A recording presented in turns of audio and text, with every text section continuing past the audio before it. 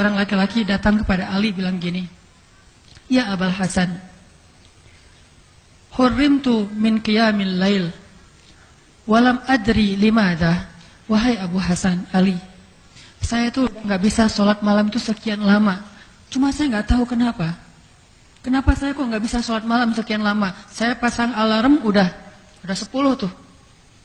Jam 2 lewat 10, 2 lewat 20, 2 lewat 30, terus saja sampai subuh. Bunyi terus tuh alarm. Tapi nggak bangun-bangun. Kalau bahasa kita mah ya, saya udah tidur awal supaya bisa bangun. Nggak bangun juga.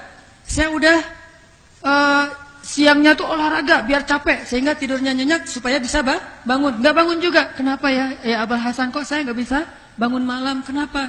Kata Abul Hasan, innaka rajulun qayyadatka dzunubuk. Kamu itu orang yang sudah diikat oleh dosa kamu. Jadi kalau nggak bisa bangun malam, dosa yang mengikat kita. Nggak bisa subuh, dosa yang mengikat kita. Kalau berkurang sedikit amal soleh yang sunnah dari yang biasa kita lakukan, dosa itu penyebabnya. Misalnya, sehari teman-teman tilawah 1 juz. Hari ini kurang dari target. Astagfirullahaladzim. Pasti dosa. Kecuali 1 hari bacanya 1 ayat. Kurang dari target. Dosa juga.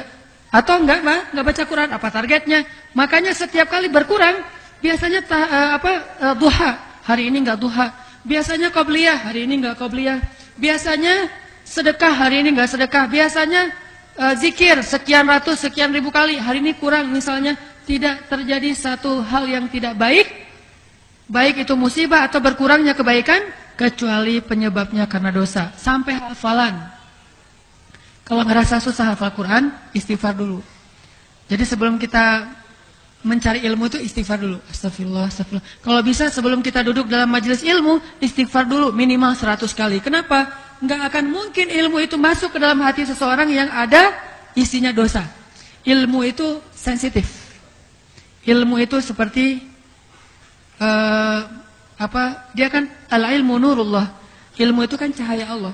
Dia itu sensitif banget, nggak mau ke tempat yang kotor. Sehingga ketika dia mau masuk ke sebuah ruang hati, dan di hati itu banyak kotoran, ilmu akan keluar lagi. Masuk nih, ngelihat, wah nggak nyaman nih kotor, pergi dia.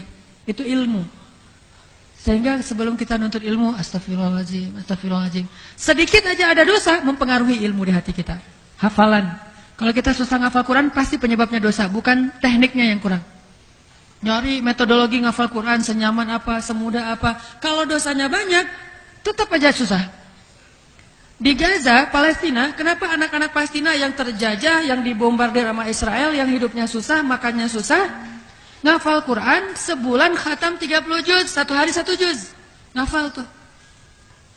Hari ini udah berapa juz? 1 juz Ustaz. 1 juz setengah, 1 juz lebih sedikit, 1 juz kurang sedikit. Pokoknya 1 juz saja sehari. 1 bulan khatam. Jadi mereka ngafal Quran itu di kelas 6 SD ketika liburan sekolah akhir tahun. Itu waktu ngafal Qurannya anak-anak Gaza tuh. Pas sudah kelas 6 SD mau naik SMP, pas liburan akhir tahun sebulan mereka pakai ngafal Quran di masjid. Pulang-pulang sudah hafiz. Paling-paling datang ke masjid modalnya 1 juz, juz 30. Pulang udah 30 juz. Berapa cepat kita menghafal ayat-ayat Allah? Karena menghafal Al-Quran itu bukan pakai IQ. IQ itu yang kesekian. Nomor 1 adalah ketakwaan. Allah berikan ilmu itu kepada siapa yang Allah cintai. Jadi kalau teman-teman menghafal Quran misalnya alif lam mim, alif lam mim, alif apa ya setelah alif teh. Nah, susah. Separah itu. Alif lam mim aja lupa gitu ya. Tadi alif, terus habis alif apa ya? Nah, ini berarti perlu taubatan nasuha. Harus sujud dari pagi sampai sore. Karena lam aja lupa. Itu belum dikasih kaf, ha, ya, in, sod. Belum lagi dikasih surat-surat yang susah. Jadi kalau misalnya ngerasa susah ngafal Quran, penyebabnya karena dosa. Kayak Imam Syafi'i kan? Bayangin Imam Syafi'i datang ke gurunya, syakautu ila waqi'in an su'i hifdzi. Aku curhat kepada guruku, ya guruku, kenapa akhir-akhir ini hafalan saya kok susah, berat gitu. Hadis-hadis yang udah saya hafal lupa. Karena Imam Syafi'i itu jarang lupa. Jadi sekali lupa tuh heboh. Aduh lupa. Itu Imam Syafi'i. Kalau kita sekali ingat heboh. Aduh ingat. Karena biasa lupa. Sekali-kalinya ingat. Wah, hebat ya, saya ingat hari ini. Nah ini Imam Syafi'i, aduh lupa, datang ke gurunya langsung, ya guru, kenapa saya akhir-akhir ini hafalannya, yang dimaksud oleh Imam Syafi'i hafalan itu buruk adalah masih menghafal ratusan ribu hadis, tapi disebut su'ul hifzi, buruk hafalannya. Gimana yang cuma hafal innamal a'malu binniyat? Itu sangat buruk hafalannya. Nah, kata gurunya apa? Al-ilmu nurun wa nurullahi la yu'ta lil 'asi. Ilmu itu wahai muridku adalah cahaya, dan cahaya Allah itu enggak dikasih kepada pendosa. Lalu Imam Syafi'i pulang, nangis panjang jalan dari rumah gurunya ke tempat pesantrennya, nangis. Astagfirullah ya Allah, astagfirullah, pasti saya banyak dosa. Pulang sampai ke rumah langsung berwudu, sholat, taubat. Malamnya tahajud, minta ampun kepada Allah.